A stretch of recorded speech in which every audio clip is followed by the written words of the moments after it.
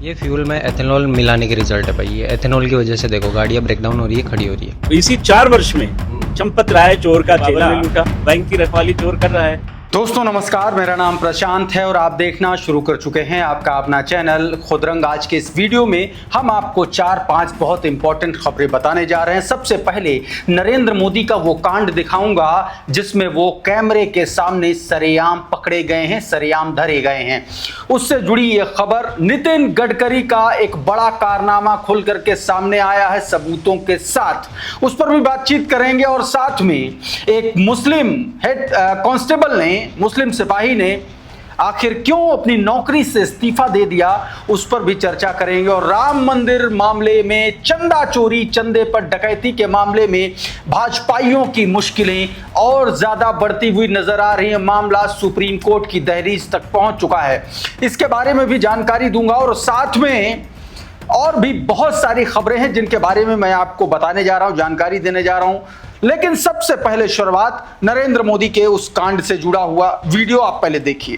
और हर research institution, हर entrepreneur को इस वीडियो में जो नरेंद्र मोदी कह रहे हैं उस पर ध्यान देने से कम आप कैमरामैन के कारनामे पर ध्यान ज्यादा दीजिए। जो नरेंद्र मोदी अपने पूरे कार्यकाल में, इतने सालों के कार्यकाल में छुपाते नजर आ रहे हैं, कैमरामैन ने वो सब कुछ सरेआम पूरी दुनिया को दिखा दिया। शुरुआत में आप देखिए कि जो फ्रेम था वो सीधे सीधे फ्रेम खोलता गया और ये बता दिया पूरी दुनिया को कि नरेंद्र मोदी दरअसल बिना टेलीप्रॉम्प्टर के एक शब्द नहीं बोल पाते हैं। हमने कई बार ऐसा देखा है कि जैसे ही टेलीप्रॉम्प्टर में कोई टेक्निकल ग्लिच आता है वैसे ही नरेंद्र मोदी कुछ भी बोलने लगते हैं, कहीं भी अटक जाते हैं। और ये बात आज पहली बार ये कैमरे के सामने साबित हो गई कि नरेंद्र मोदी बिना टेलीप्रॉम्प्टर के कुछ नहीं पढ़ सकते, कुछ नहीं कह सकते। एडवोकेट विजय सिंह बता रहे हैं कि कैमरामैन भी बड़ा शातिर निकला, हर बार वही एंगल पकड़ता है जहां टेलीप्रॉम्प्टर साफ दिख जाए। इतनी बार यह गलती कैसे हो जाती है भक्तों? सच में कोई इंटरनेशनल साजिश है।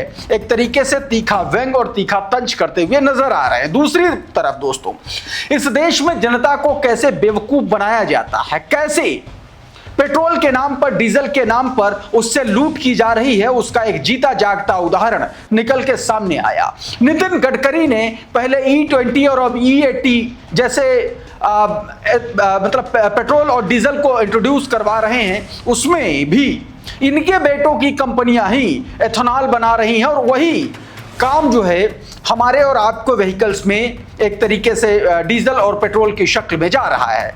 अब किस तरीके से हमारी और आपकी गाड़ियों को ये पेट्रोल जो है, ये डीजल जो है, खास तौर पर पेट्रोल जो है वो बर्बाद कर रहा है, उसका वीडियो निकल के सामने आया है। आप जरा देख लीजिए इसको। ये पेट्रोल है, ये पेट्रोल का कलर है, ये देखो आप, ये पेट्रोल है। अब इससे लोगों की गाड़ियाँ रोड पे खड़ी हो रही है, फ्यूल पंप डैमेज हो रहे हैं, फ्यूल लाइन डैमेज हो रही है।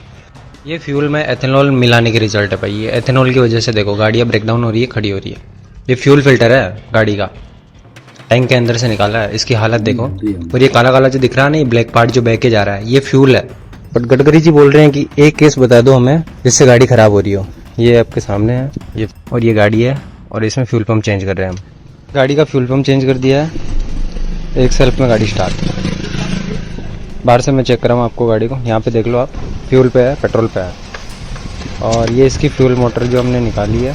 ये वीडियो अपने आप में बताता है कि हमारा और आपका जो गाढ़ी कमाई जो है वो किस तरीके से भारतीय जनता पार्टी के भ्रष्टाचारी नेता नितिन गडकरी जैसे नेताओं की कमाई की भेंट चढ़ रहा है।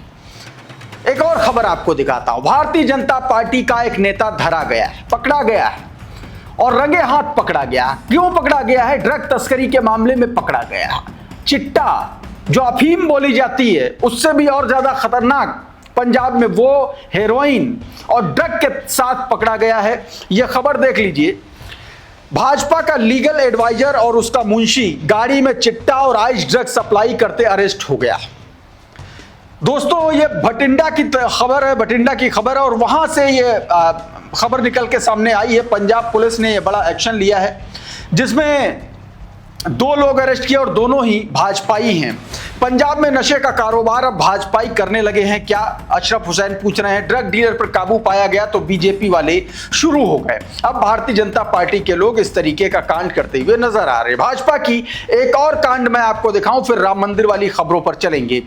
दोस्तों, क्या आपको पता है कि भारतीय जनता पार्टी ने एक और सरकारी कंपनी प्राइवेट हाथों में बेच दी है? क्या आपको पता है कि एक आयुर्वेद की एक ऐसी कंपनी जिसका वैल्यूएशन 145 करोड़ के आसपास बताया जा रहा है, शेयर मार्केट में लिस्टेड कंपनी, और अब वो भारतीय जनता पार्टी की नरेंद्र मोदी की सरकार ने प्राइवेट कंपनी के हाथों मात्र 121 करोड़ रुपए में बेच दी है। और उसको लेकर के अब प्रोटेस्ट शुरू हो चुके हैं। ये उसी प्रोटेस्ट से जुड़ा हुआ वीडियो है, आप देखिए जरा। ये वो उसी कंपनी के कर्मचारी हैं, पदाधिकारी हैं, जो सरकार के इस फैसले के खिलाफ सड़कों पर उतरे हैं, प्रदर्शन कर रहे हैं। अल्मोड़ा उत्तराखंड की ये तस्वीरें। बताया जा रहा है कि सरकारी आयुर्वेद कंपनी IMPCL सिर्फ 121 करोड़ रुपए में एक प्राइवेट कंपनी को बेच दी गई। इसके खिलाफ कर्मचारी 1 जून से प्रदर्शन कर रहे हैं। सूचना है कि आज दिल्ली में शेयर परचेजिंग एग्रीमेंट होना है। इसका विरोध करने के लिए IMPCL कर्मचारियों का एक डेलीगेशन आयुष मंत्रालय दिल्ली पहुंच रहा है। आयुष मंत्रालय के पास देश में एकमात्र प्रॉफिट वाली कंपनी IMPCL थी, जिसका संचालन अब सेठ संजय गुप्ता करेंगे। सेठ संजय गुप्ता के बारे में विस्तार से, मतलब भारतीय जनता पार्टी से ही जुड़े हुए ये लोग, और उन्हीं को ये कंपनियां बेच दी गई हैं। ये पूरी की पूरी जानकारी सचिन गुप्ता ने अपने ट्विटर हैंडल से दी है।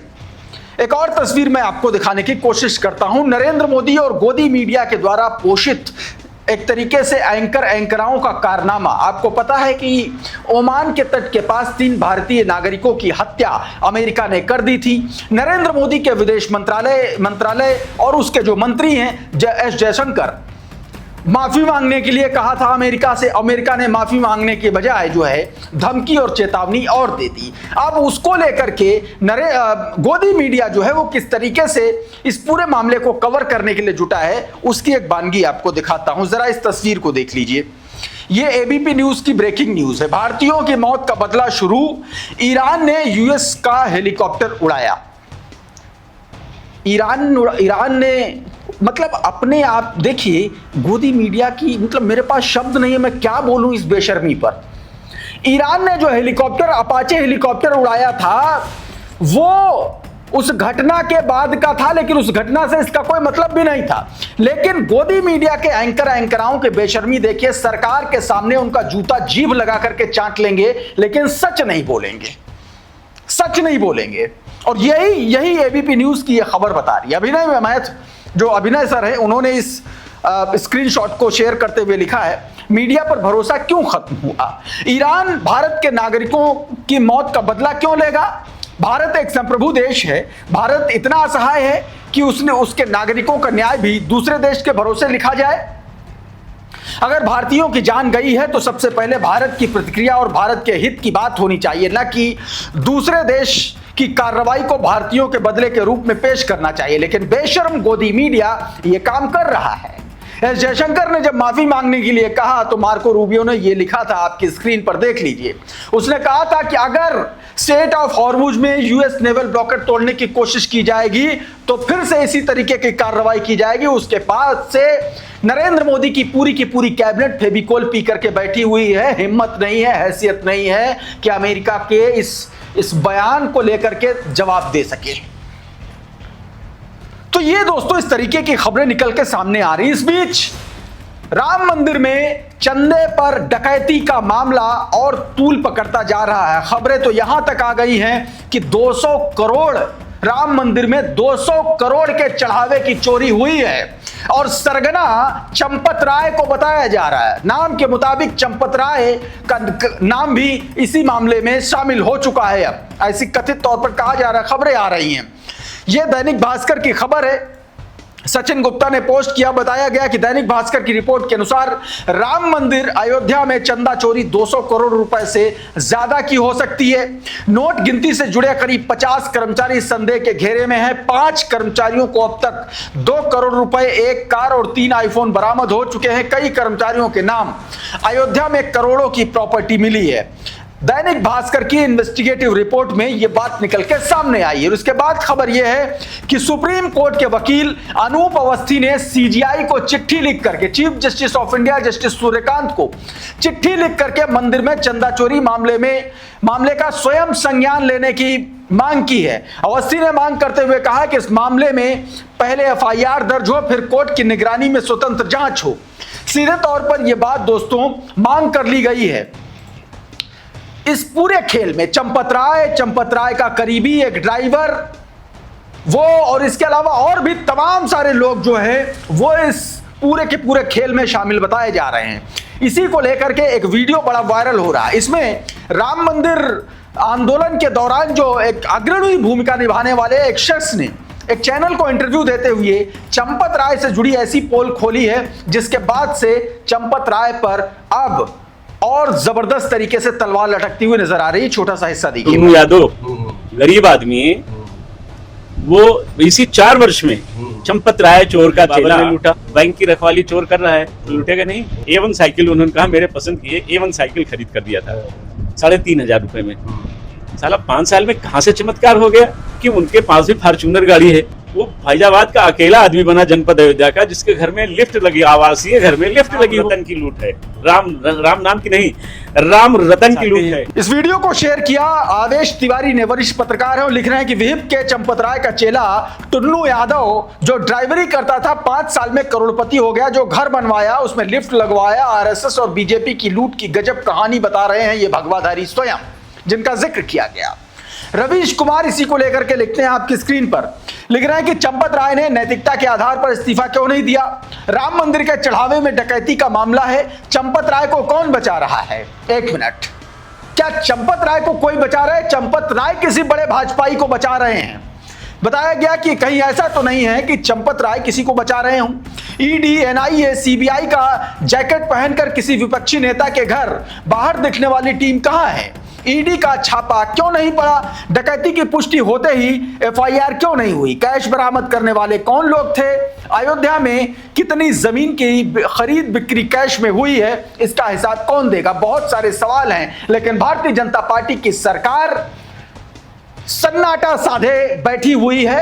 एक सो कॉल्ड एसआईटी की जांच बैठा दी है, जिसकी जांच स्वयं भारतीय जनता पार्टी के वो पदाधिकारी, एक तरीके से जो भारतीय जनता पार्टी के ही इशारों पर काम करने वाली, वो पूरी की पूरा सिस्टम करने जा रहा है। जो भाजपा कहेगी वही उस जांच में निकलेगा। और इसीलिए अब सुप्रीम कोर्ट में बाकायदा सीजीआई को लेटर लिख करके न्यायिक जांच की मांग कर डाली गई है। इधर संजय सिंह ने एक ट्वीट किया, आपकी स्क्रीन पर बताया गया कि अब तुम्हारे पाप का घड़ा भर चुका है, भाजपाइयों अब प्रभु श्री राम ही तुमको सजा देंगे। आप क्या कल्पना कर सकते हैं? प्रभु श्री राम मंदिर के चढ़ावे में 200 करोड़ रुपए की चोरी।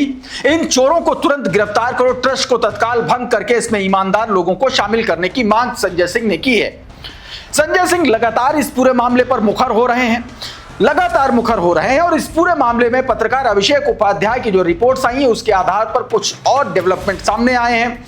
ये देखिए, ये अमर उजाला की खबर का स्क्रीनशॉट जो अभिषेक उपाध्याय ने शेयर किया। 8 करोड़ से अधिक का हेरफेर, अब तक 2 करोड़ 98 लाख की रिकवरी, इसमें 8 करोड़, लेकिन दैनिक भास्कर की रिपोर्ट 200 करोड़ की बात कह रही है। इसी को लेकर के संजय सिंह ने कोट किया, कहा कि ईडी पार्टी के मुखिया मोदी जी हर मामले में ईडी सीबीआई भेज देते हैं, लेकिन मैं हैरान हूं कि प्रभु श्री राम के मंदिर में करोड़ों रुपए की चोरी चढ़ावे में हो गई। ईडी पार्टी ने अभी तक ईडी भेजी नहीं, और सीबीआई ना ही गोदी मीडिया, ना ही नफरती अंधभक्त, चारों तरफ सन्नाटा पसरा हुआ है। एक और खबर दिखा देता हूं, कुछ स्क्रीनशॉट दिखाऊंगा क्योंकि थोड़ा सा वायलेंस की खबरें हो सकती हैं। एक पुजारी को पीटा जा रहा है मंदिर में, और क्यों पीटा जा रहा है? सिर्फ चढ़ावे को लेकर के। आपकी स्क्रीन पर ये तस्वीरें आप साफ तौर पर एक एक करके देख सकते हैं स्क्रीनशॉट के तौर पर।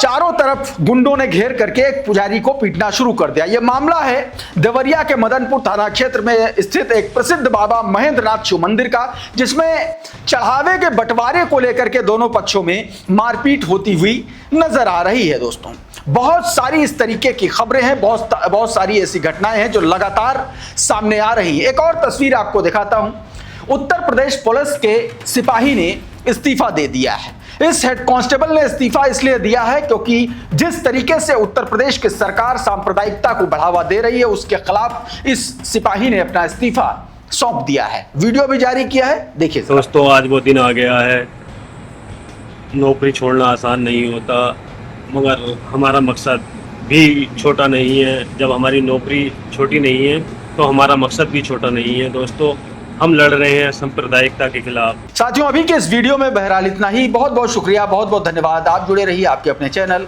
खुदरंग के साथ। नमस्कार।